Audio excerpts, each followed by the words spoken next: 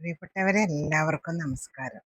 ഞാൻ ഒന്ന് ആലോചിക്കുകയായിരുന്നു, എഐയുടെ ഈ കാലത്ത്, ആർട്ടിഫിഷ്യൽ ഇന്റലിജൻസിന്റെ ഈ കാലത്ത് നമ്മൾ കണക്റ്റഡ് ആണോ അതോ ഡിസ്കണക്റ്റഡ് ആണോ എന്ന്.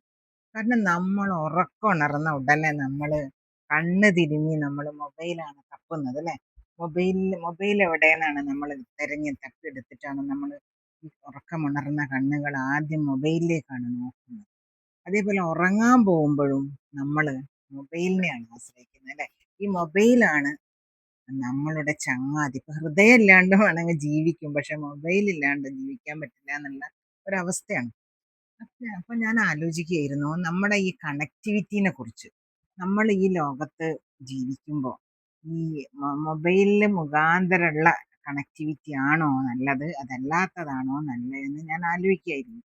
ഇപ്പം ഈ ഉറക്കമുണർന്നാല് നോക്കുംന്ന് പറഞ്ഞില്ലേ? അപ്പൊ അത് ഇപ്പൊ ഈ വളരെ നല്ല കാര്യങ്ങളാ നടക്കുന്നല്ലേ. ശരിക്കും നമുക്ക് ഈ മൊബൈലൊക്കെ എത്ര നല്ലതാണ്.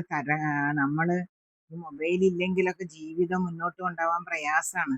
ജോലിക്ക് പോകുന്നു.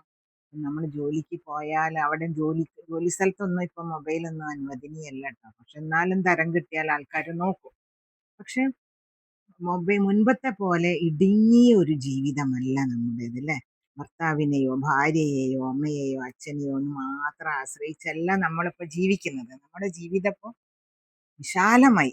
കാരണം മൊബൈലും പിന്നെ സോഷ്യൽ മീഡിയ ഒക്കെ വന്നതോടുകൂടി നമ്മളെ ലോകം വിശാലമായി. ആരും നമ്മളെ ശ്രദ്ധിച്ചിട്ടില്ലെങ്കിലും നമുക്ക് ശ്രദ്ധിക്കാൻ ഒരു ലോകമുണ്ട്, നമുക്കൊരു ലോകമുണ്ട് ല്ലേ. അപ്പൊ അവനവന്റെ പരിമിതിയിൽ നിന്നുകൊണ്ട് റീൽസ് എടുക്കുന്നു ആൾക്കാര്. അങ്ങനെ ലോകത്തിന്റെ പല ഭാഗത്തു നിന്നുള്ള കാഴ്ചകൾ, പല കാര്യങ്ങൾ, മെഡിക്കൽ അറിവുകൾ, തമാശകൾ, സീരീസുകൾ, ഇതൊക്കെ നമ്മൾ കാണുകയാണ് അല്ലെ. ജീവിതം എത്ര രസകരാണെന്ന് തോന്നും. പണ്ടത്തെ പോലെയല്ല, ഇടുങ്ങിയൊരു ജീവിതമല്ല നമുക്ക്.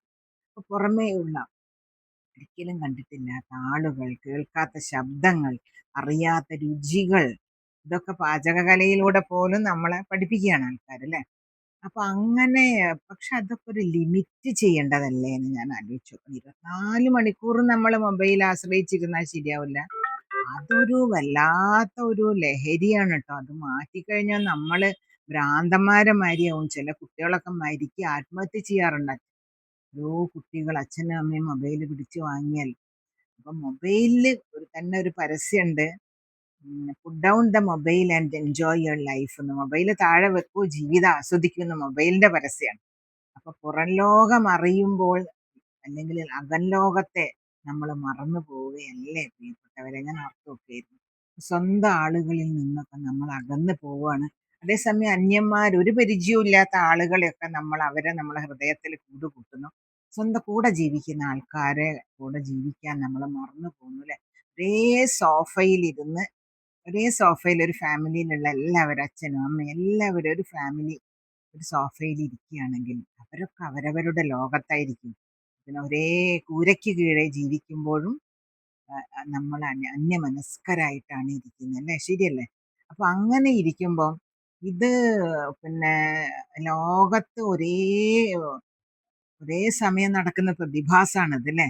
ഇത് കണക്റ്റഡ് ആണോ അല്ല സൈലന്റ് ലോൺലിനെസ് ആണോ എന്നൊക്കെ ഞാൻ ആലോചിച്ച് നോക്കാറുണ്ട്. പക്ഷേ ഒപ്പം ഇതിന്റെ ഒപ്പം തന്നെ ആങ്സൈറ്റി, ഡിപ്രഷൻ, അതേപോലെ അങ്ങനെയുള്ള സംഗതികൾ ഉണ്ടാവുന്നുണ്ട് അല്ലേ.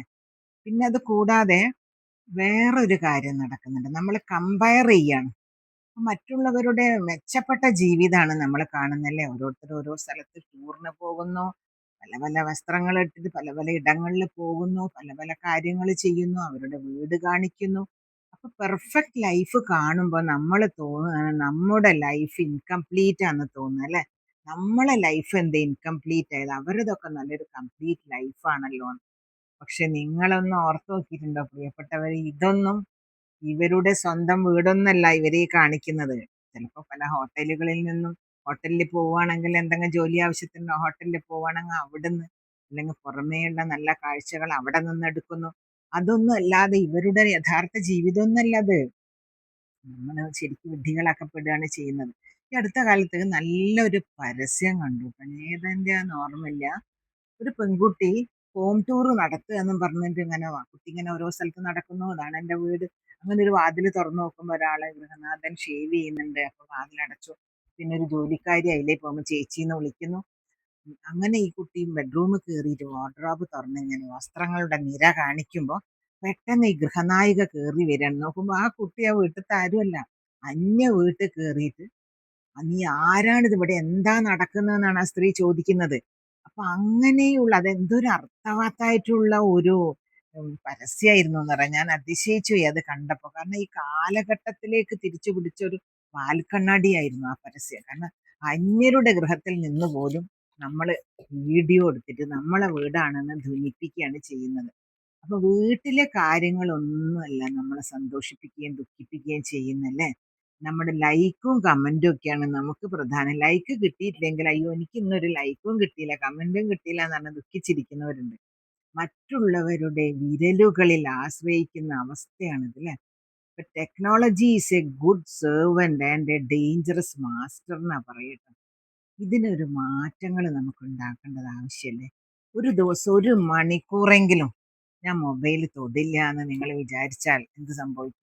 എന്തൊക്കെ ഗുണം ഉണ്ടാവും എന്നറിയാം. എത്ര ആളുകളായിട്ട് നിങ്ങൾക്ക് കണക്ട് ചെയ്യാൻ പറ്റും. വീട്ടുകാരുടെ മുഖമൊക്കെ നമ്മൾ എന്നോ മറന്നുപോയി. കാരണം അമ്മേന്റെ അച്ഛൻ്റെ ഒന്നും മുഖത്തൊക്കെ നേരല്ലേ കുട്ടിയൊക്കെ. എല്ലാവരും ഇനി അമ്മയും അച്ഛനും എന്താണ് മൊബൈലിൽ തന്നെയാണ്. മുത്തശ്ശനും മുത്തശ്ശിയും മൊബൈലിലാണ്. ഒരു കുട്ടി ചെന്ന് ചോദിക്കുകയാണ് എനിക്കൊന്ന് കഥ പറഞ്ഞു തരുമോ, എൻ്റെ ഈ സംശയം തീർത്തു തരുമോ എന്ന് വെച്ചാൽ ചീത്ത പറഞ്ഞ് കുട്ടികൾ അങ്ങോട്ട് ഓടിക്കും. ഞാനിതൊരു പണി ചെയ്യുന്നത് കാണുന്നില്ലേ. അപ്പൊ അങ്ങനെ കുറച്ചൊരു സ്ക്രീൻ സംഭാഷണം അല്ലെങ്കിൽ സ്ക്രീൻ ഇല്ലാത്ത ഒരു സംഭാഷണം കുടുംബത്തോടൊപ്പം അതേപോലെ പ്രകൃതിയോടൊപ്പം കുറച്ചു നേരം നമുക്ക് നമ്മുടെ ഉള്ളിലെ തന്നെ നമ്മളായി ജീവിക്കാൻ കുറച്ചു നേരം അങ്ങനെയൊക്കെ വേണ്ടേ പ്രിയരെ.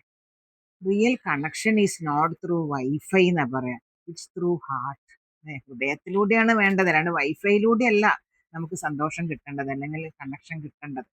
ഞാൻ ഈ ലോകത്ത് കണക്ട് ചെയ്തിട്ടുണ്ടോ അതോ ഞാൻ സ്വന്തം ജീവിതത്തിൽ നിന്ന് ഡിസ്കണക്റ്റ് ആണോ എന്ന് എല്ലാവരും ഒന്ന് ആലോചിച്ച് നോക്കണേ പ്രിയപ്പെട്ടവരെ. ഇത്രയും ചിന്ത നിങ്ങളുടെ മനസ്സിലേക്ക് സംപ്രേക്ഷണം ചെയ്തുകൊണ്ട് ഞാൻ എൻ്റെ വാക്കുകൾ അവസാനിപ്പിക്കട്ടെ. എല്ലാവർക്കും നന്ദി, നമസ്കാരം. ഇനി അടുത്ത വീഡിയോയിൽ കാണാം കേട്ടോ.